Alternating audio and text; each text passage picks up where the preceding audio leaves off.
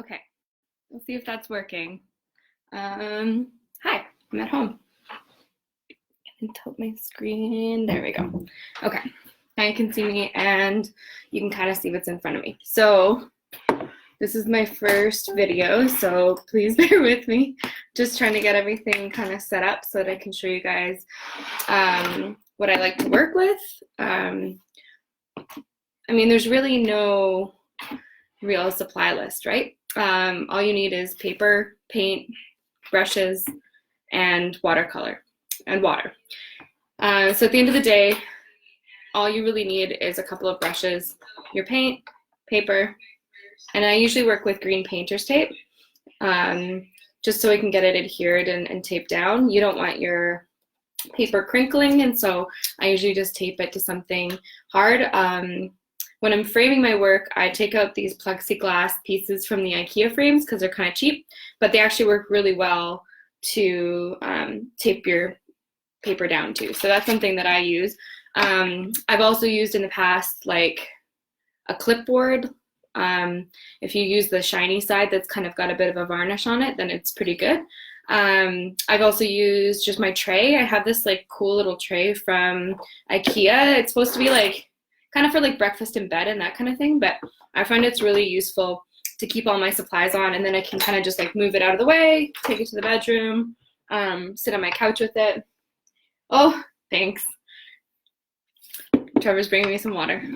So I often use jars, like pickle jars or mason jars or whatever you have. If you have a lid, even better, because then you can just throw a lid on it and keep going.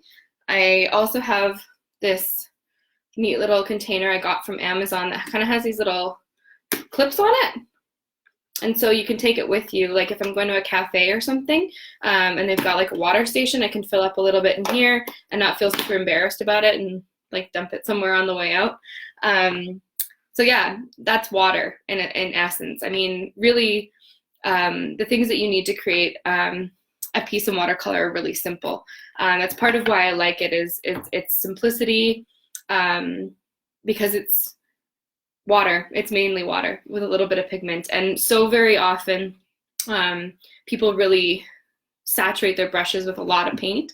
You don't really need a lot to start. In fact, the lighter the better, the more water the better. And so really water is the key ingredient, I would say. Paper. So moving on to paper. I really like cold press finish paper. It's my favorite. This is a pad I got from the Paint Spot. It's about $12 and has these nice like 6x8 pages. Sometimes I'll even cut these in half and just do half the page. This one's neat because it's gummed on both sides. You actually don't have to tape it down. You could actually paint right in the book, and then when you're finished, you just use a palette knife to cut it out again. So that's kind of neat. You can just paint right in the book. You don't need to tape it down or do anything. So these are actually really great for travel as well. Sometimes I also grab like these small postcard ones. My friend Stacy Can actually is doing a really cool mail art project, and I'll post that link below if you would like to send art via mail and receive some art via mail during their incubation period. These are actually awesome. So you get 15 postcards in a nice little pack, and they all have the area for the stamp and the writing and the address and everything on the other side. So they're like a perfect little size for sending to someone. I've used them as little like birthday cards before too. And again, this is a cold press finish. So the biggest difference between a cold press finish and a hot press, cold press, you're gonna have a little bit more graininess to it. It's rougher. So when you feel it, it's got what we call tooth to it. So you can actually, when you paint, it kind of goes through the ridges and it moves a little bit or get more organically. If you go with a hot press finish, it's really smooth. So it's almost like a piece of like printer paper in a way. Obviously a little bit heavier, like it's more of a cardstock, but it flows a bit better. So some people enjoy hot press finish because when you drag the water across it, it kind of goes exactly where you want it to go. In my opinion, I mean, as Bob Ross would say, like the happy accidents and the things that happen, you kind of want that ability. So I enjoy the hot press or the cold press because it has that graininess to it. I also tend to paint more landscapes and flowers and organic materials. And so I don't mind if the paint kind of flows into a ridge that I wasn't intending it to, because sometimes it's better than what I was actually trying to do. So it gives you a little bit of that happy accident feel. So yeah, the postcards are great. I'll post that link for the mail art project below so that you guys, oh, hi, Christina. So that you guys can send some art. And it doesn't, Stacy's, what do you call it? Description said it doesn't have to be good, don't overthink it, make art and then just send it. So the idea is to sort of send and receive items that we're making during this time and not really like overanalyze it. We're just trying to communicate with art in a really cool way. So I've got a pile of stamps that I've been sitting on for a while because I always have the best of intentions about being good with mail and sending mail. So I'm really excited to make a few pieces and just kind of let loose a little bit and then send those off to some of my artist friends around the world. These are a little more expensive. So when it concerns paper and you're buying them kind of pre-cut like this, they're a little bit more pricey than sometimes you want to spend. So the alternative for that is actually buying it in larger sheets and then simply cutting it down. So this is something I do quite a bit because I like to work in this size or maybe a little bit bigger. So I will either buy full sheets, large sheets from the paint spot and simply cut them down to what I need, or I'll buy sheets in sort of like a large, I think it's 11 by 17 book, and then cut those down. I mean, that gives you a little bit more flexibility and you have the bigger sheets if you want to work bigger.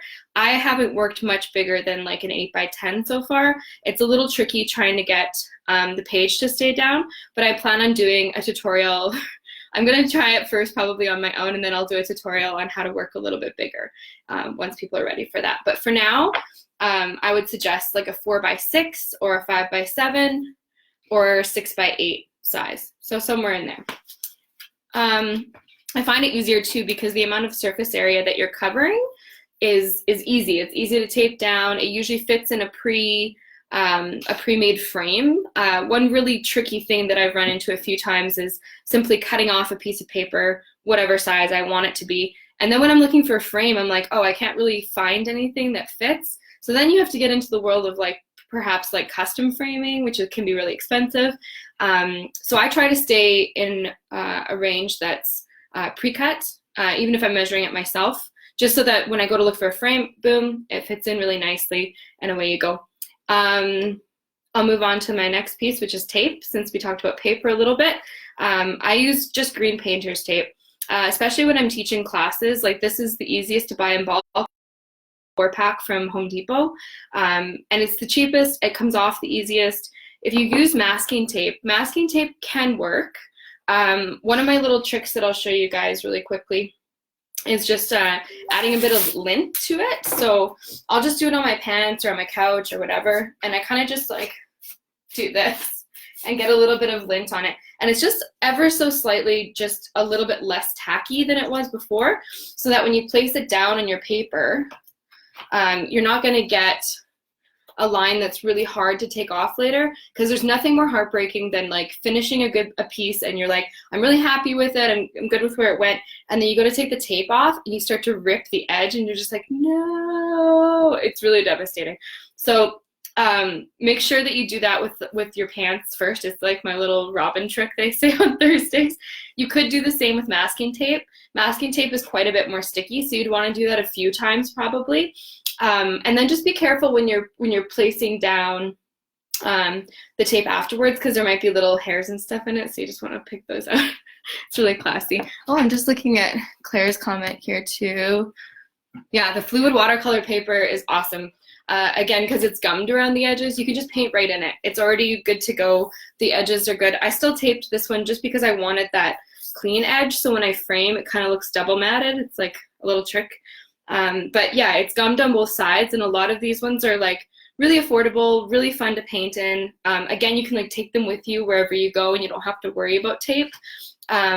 Another technique you can kind of do if you don't want to work with tape in this way is you could work in the gummed paper books and then just do a free edge.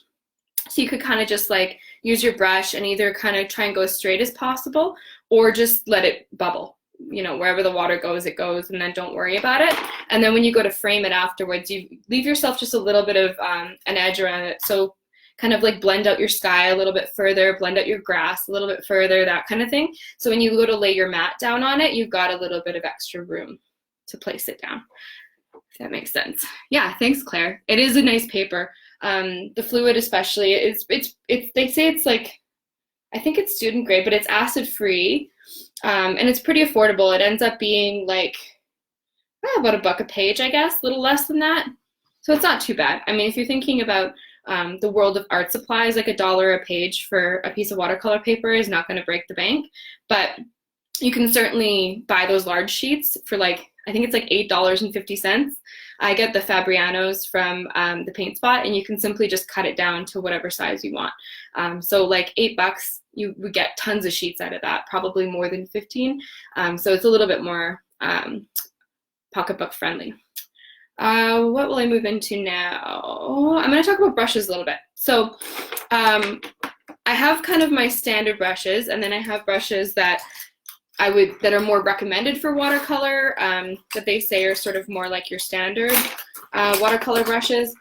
I kind of oscillate between spending a little bit on a few brushes, and then I get some of them from the dollar store. I get some of them from Amazon if they have a deal on, you know, like a pack of 20 or something like that, because it's good for me for teaching as well.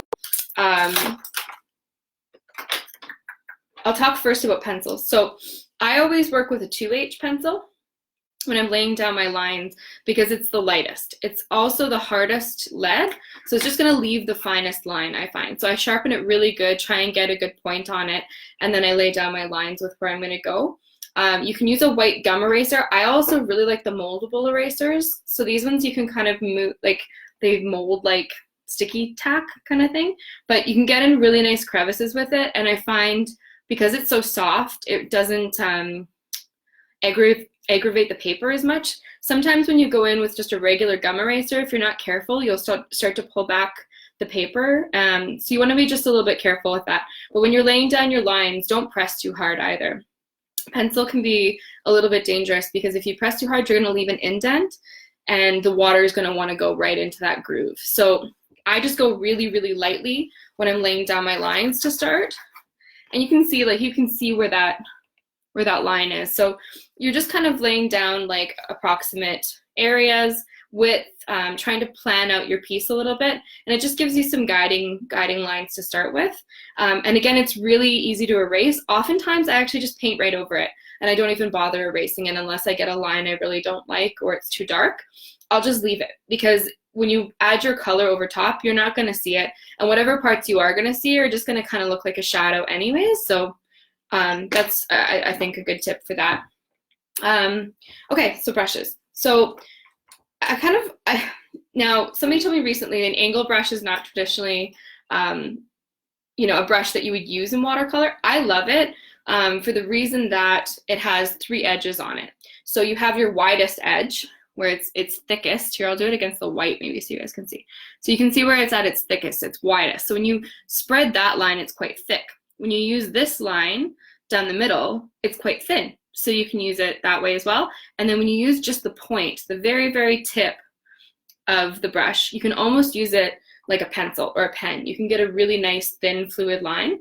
So when I use, this one's a 3/8 of an inch, I guess, Princeton Select. This is an angular shader is what it's called. So it'd be more for like filling in space if you're doing more architectural drawings, because you can get a little bit more of a straight line. I like it just because it flows really easily. I can move between a thick, a medium, and a thin line within like a few seconds. So I don't have to switch brushes. So this one always goes in my travel kit because I find it's the most versatile. The next brush that I'll talk about a little bit is like a filbert. So these ones are rounded and you get a lot more kind of shape out of them. Oh, here, I'll try and go here. There we go. You get more shape out of them for like clouds, if you're trying to move into rounder spaces and you kind of want it to have a little bit more of a flow. I mean, this brush is a really standard watercolor brush, a filbert. This one's a size 6. They come in all sizes. They go from small to large to bigger. And One of my instructors, Kathy, on Wednesdays almost uses this exclusively for the same reason. It has a wider line. You can do a thinner line and kind of get that more conical shape, I guess, versus a really linear shape with the angle brush. The other one that I use is, I'm not actually sure what this one's called, but it's just, this one's pretty standard. So this is your standard sort of paintbrush. This one's just a round tipped one. It kind of comes in a little bit of a cone shape, and then it's got a really nice fine tip on it. I'll post a better picture of these afterwards as well and kind of circle them so everyone can see. This one I usually have in a few different sizes. So I'll have it in kind of a larger size, a really tiny one, and then kind of a medium sized one. And then I'm kind of covered all my bases with my shapes of the brush. There we go. So the tiny one I could use for fine lines. I can sometimes use it for like calligraphy if I'm going to do script font. The medium one's really effective for filling in you know, dark or light areas if I don't want to get too much paint or too much water on the page. Whereas the big one is the one I probably use the most in the first, let's say, 15 minutes of doing a piece. This one's going to be for laying down a lot of your lighter colors, a lot of your shading and background images, some of your sky, your foreground, doing that initial kind of wash. The big one's really nice because it carries a lot of water and a lot of paint, so you don't have to keep going back and forth. And then I have like a really, really tiny, this is an angle brush as well, but it's just a really tiny one. I like this for working on landscapes. Sometimes if I'm going to do a barn or in the mountains, if I want to get some like ridges and creases really exact, I'll kind of work with this one, again, because it's got the broader edge, but then because it's got the really fine point as well. Recently, someone turned me on to the water brush, and I actually just found this the other day, so I'm really happy because I haven't tried it yet. The idea with this would be, I mean, this would be a great item for your travel kit as well. You fill up the base with water, so this just comes unscrewed backwards of normal, and you fill that up with water. Some of them you can squeeze and they'll just suck up the water like a reservoir, and then you can add them or screw it back in. But then you have your water already in your brush. So, I mean, this is a really easy way to keep your brush moist without having to go back and forth all the time. So you can simply go into your paint pan, grab your paint, and then go to your piece, and you're good for a while. Of course, it'll dilute as it goes because the paint will get deposited onto the paper, and eventually it'll sort of run out of paint. So you have to go back and forth a little bit between your palette and your piece, but pretty handy. I haven't tried it yet. I worked with one a little bit the other day with my friend Chris, but I haven't actually played around too much with it. So other materials. Oh, I'll talk about my paint a little bit. So I have two kits that I use. I have my smaller travel kit. This one I've specifically sort of customized to include neutral colors. So rather than like a really rich scarlet red like this, it's kind of this like muddy red, or instead of having a really, really bright yellow, it's a little bit darker. So these are because I paint landscapes more often than not. Also because natural colors in colors in nature aren't really bright. You don't get like a scarlet crimson. You don't really get a glowing yellow as much. Or if you do, it's kind of a derivative. So for example, if I'm painting a canola field, I find I actually use like lemon yellow with like a little bit of blue, just like the tiniest bit of blue, so that it's a bit of a green color, versus using like a Hansa yellow, which is a really rich color, kind of like those flowers behind me. Oh, I just turned, right, I'm opposite. Kind of like the flowers behind me. So that's like a warm yellow. That warm yellow is never gonna work for those really like bright canola fields, or like if you want like a sunshine yellow, it's a bit of a warmer color. So I've built this up myself and put in the colors that I like. I always include a shade called natural tint. So natural tint you could use with any watercolor set. Similarly, you could use black. So if you have like a student grade watercolor set and you have a pan with black in it, use the black or use the contrasting color to muddy it down. So if you had a blue in your student quality, you would use the blue and you'd put it down, you'd be like, oh, that's like, you know, a really gross, like just totally unnatural blue, which you could use for your sky. However, if you add just a teeny bit of orange into it, it'll actually muddy it out a little bit and make it look way more natural. You don't need to use a lot, and in fact, if you're doing a sky, most of what you're going to be using is water and not paint anyways for your first couple layers. So that's some advice that was given to me that I was like, oh, I'm literally using too much paint. Like I'm saturating my whole brush with paint instead of laying down a few really nice thin layers and letting them dry. One supply I haven't talked about yet, and I guess ingredient for watercolor is patience. There's a lot of patience in watercolor. It's probably the biggest reason why it took me so long to actually come to watercolors, because you have to wait for it to dry, and you usually have to wait a few minutes. So I sometimes work between two pieces. I'll have two pieces taped down, and I'll go bouncing back and forth between them so that I don't slow down my flow. But you really do have to let the layers dry in between. If you simply go back and back and back into the same piece while it's still wet, you're going to end up with mud. It's just going to end up going brown and kind of not looking super great, which is sometimes the effect if that's what you're looking for. But for the most part, we're trying to keep the colors separate. We're trying to lay them down in sections. And if we allow that time to dry in between, you get these really beautiful, like luminescent layers that actually sit on top of each other. So if you paint onto wet paper, it's all just kind of going together, and you're not going to get those layers that you're looking for. This is especially important when working with skies, portraits especially. I saw a really beautiful portrait that somebody had done as like an example at the paint spot the other day, and they laid it down with like yellows and pinks and even a bit of purple, and like it was stunning, but you could tell they had really taken their time letting each of the layers dry, and they were sitting on top of each other. It was just beautiful. I don't always have that patience. I try, I really do. Here's an example, a little bit of that. You can see it in my foreground or my background over here, where I have yellow, and then I've got that little bit of gray as well. So I've layered yellow, a little bit of pink, and then that kind of blue-gray color on top. And because I let them dry in between, I get those nice layers. Where I didn't do that is in the red, and you can tell. You can tell because it got a little muddy, it gets a little strained, like I'm actually pushing the paper too far. If the paper gets unhappy, your painting is not going to look super good. So you have to kind of give it time to dry. That's my advice in a nutshell. Give it time to dry, or work in two pieces. I have one, taped down to one side, and I've got the other one taped down to the other side, and I've got my two pictures in front of me, and I'm just going to bounce back and forth between them. Another example of that layering effect that you can kind of see here is in my sky. So I took my time with it. There we go. I took my time with it. I laid down almost like water. It had almost no pigment in it at all. And I laid that down first, so you can kind of see that up here. And then I went a little bit darker, and then darker than that. You can always add more paint. You can't take it away. That's kind of a lie. So you can sort of take it away.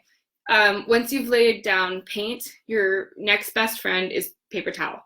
You have to have paper towel beside you. I usually have a piece that's dry, as dry as I can keep it, and another piece that's wet that I kind of use to blot out my brushes. The wet piece is really handy if you do something that you don't like right away and you're like, and you don't want it to go where it's going. You can just take it and start to dab it. And it'll soak up the paint and the water pretty quickly, and it'll start to mellow out whatever color you added.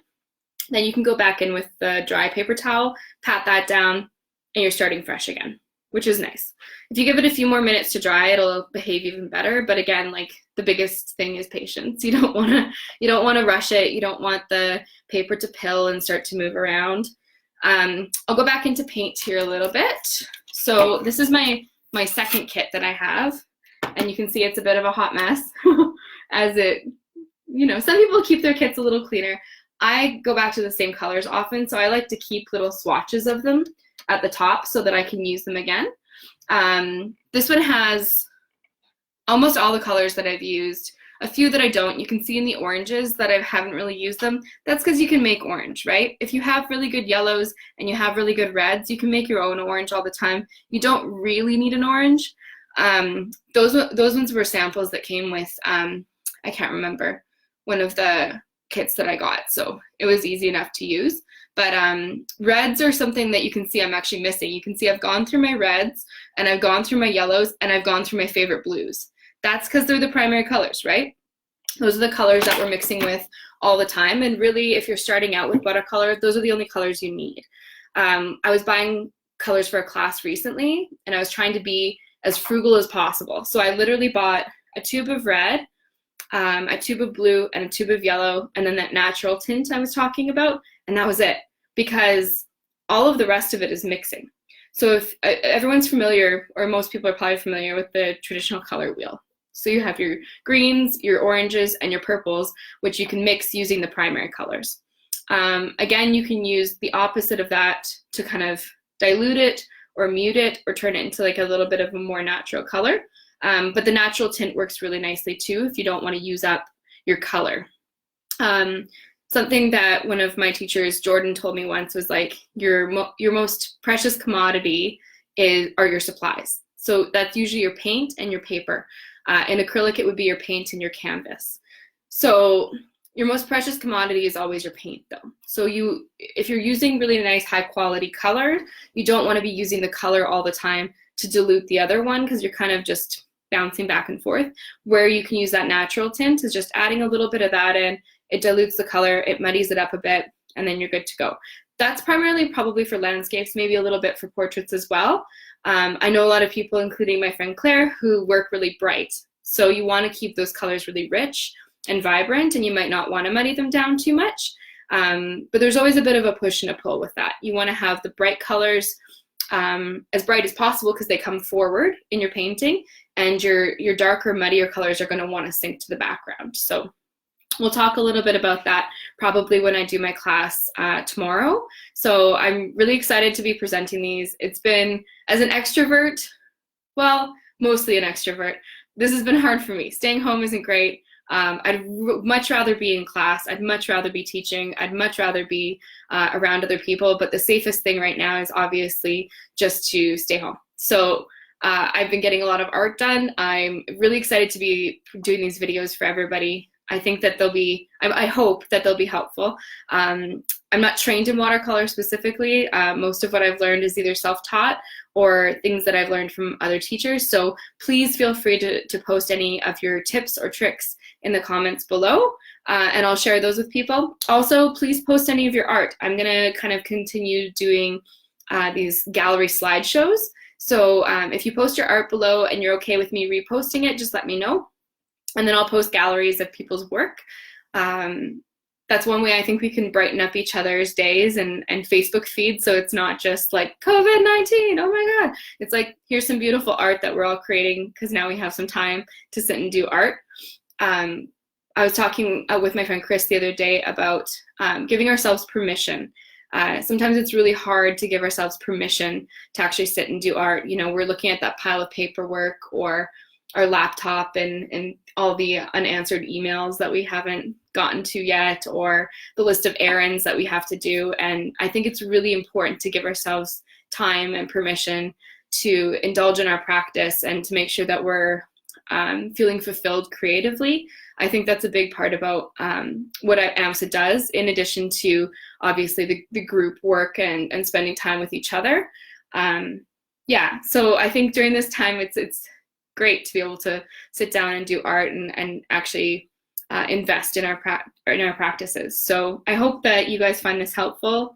Oh, last but not least, just micron pens or ink pens of any kind. I got this Japanese one at the Paint Spot, and then micron pens, which are kind of your fine tipped pens. These are great for when your piece is done, if you want to add in some detail or go over it with some ink or kind of get a little bit more loose with it.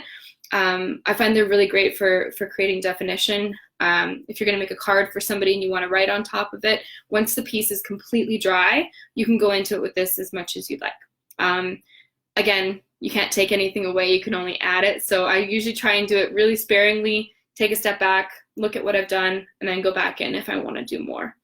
But otherwise, I think that's it. I have some little like mixing receptacles that I bought. This one I got from the Paint Spot. This one I can't remember.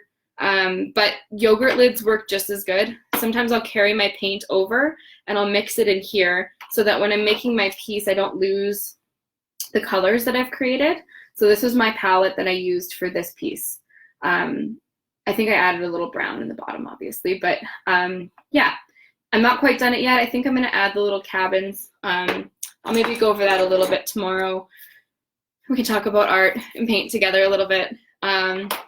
Yeah, this isn't gonna be too structured. I'm just gonna kind of talk and do the best I can. And so if anyone feels like I've missed anything, please feel free to post below. This was my first one, so I'm really open to feedback. And I hope you guys all have a beautiful day. If you have any questions, yeah, just shoot me a message. I'm happy to answer. And I'll be posting the supply list below, and also, yeah, little pictures of things that I have. Again, all of it can be purchased at the Gilded Rabbit, Paint Spot, or Delta Art Supply, depending where you are in town. My hope is that some of them are still open. I can find out some more details maybe below, and I'll post if they're open or not. I'm hoping that they would be, because you would just kind of stop in, grab your stuff, and kind of go.